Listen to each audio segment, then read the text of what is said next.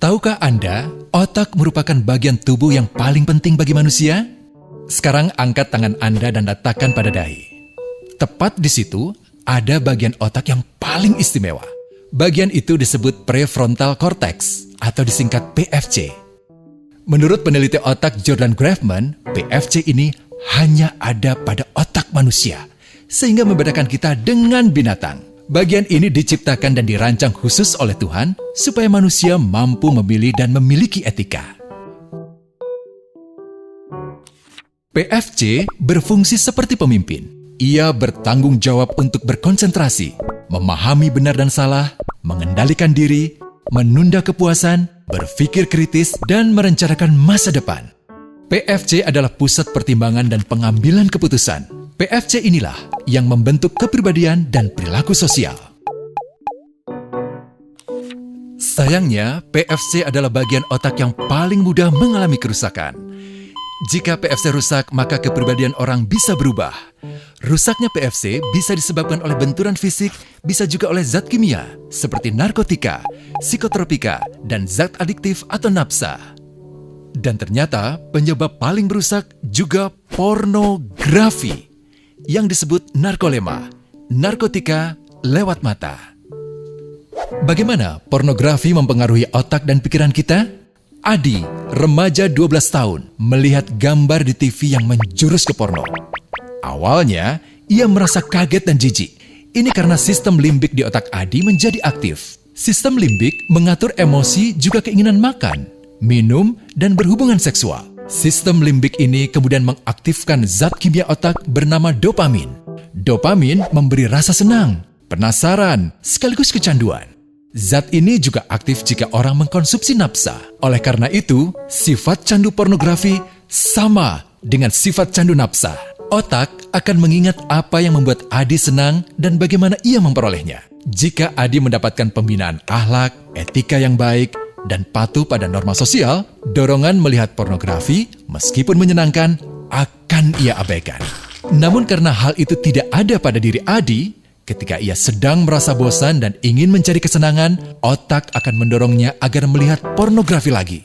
Namun lama-lama, Adi bosan melihat jenis gambar yang sama dan butuh yang lebih porno untuk memicu rasa senang. Sekarang, dengan internet, pornografi menjadi jauh lebih mudah didapat. Pertama, Adi membuka internet dan tidak sengaja melihat gambar yang menjurus ke porno. Berikutnya, ia sengaja membuka lagi untuk melihat yang lebih porno. Awalnya melihat yang sedikit terbuka, lama-lama semuanya terbuka. Awalnya melihat 1 menit, lama-lama 1 jam. Adi mengalami kecanduan pornografi. Bagaimana kerusakan PFC akibat kecanduan pornografi? Secara alamiah, dopamin dialirkan dari sistem limbik ke PFC. Orang yang kecanduan pornografi akan mengalirkan dopamin secara berlebihan sehingga membanjiri PFC. PFC menjadi tidak aktif karena terendam dopamin. Semakin sering PFC tidak aktif, ia akan semakin mengerut dan fungsinya terganggu. Sistem limbik justru akan berkembang semakin besar karena terus mengaktifkan dopamin, sehingga Adi cenderung untuk terus mencari kesenangan tanpa takut atas akibatnya. Jika tidak ditangani segera, Adi berpeluang besar menjadi pelanggan pornografi seumur hidup dan mengalami kerusakan otak di bagian PFC.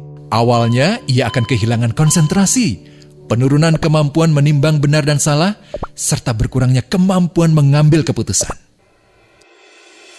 Lama-lama, besar kemungkinan ia akan melakukan masturbasi, oral seks, hubungan seksual suka sama suka, dan mudah berganti-ganti pasangan seksual. Pernikahan dianggap tidak penting, pasangan dianggap hanya sebagai objek seksual semata, cenderung merendahkan derajat dan kehormatan lawan jenis. Selera hubungan seksualnya pun tidak sehat dan seenaknya, kasar sampai tega memperkosa. Manusia jadi tidak ada bedanya dengan binatang. Inilah dampak yang terjadi akibat kerusakan PFC.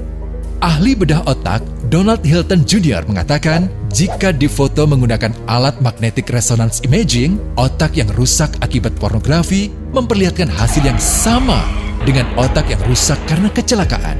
Ia juga mengatakan Berbeda dengan dampak nafsa yang merusak otak di 3 bagian, pecandu pornografi yang sudah melakukan hubungan seks dengan anak-anak mengalami kerusakan otak di 5 bagian. Terbukti, pornografi pada anak lebih bersifat merusak karena PFC belum matang dengan sempurna.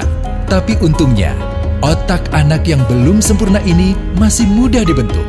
Pengaruh pornografi bisa lebih mudah dihilangkan asal ada usaha untuk memulihkan dengan sabar, terutama oleh ayah ibu, keluarga, dan orang terdekat. Pelajari bagaimana mencegah dan menangani anak yang terkena pornografi. Mari lindungi generasi kita dari bencana pornografi dan kejahatan seksual.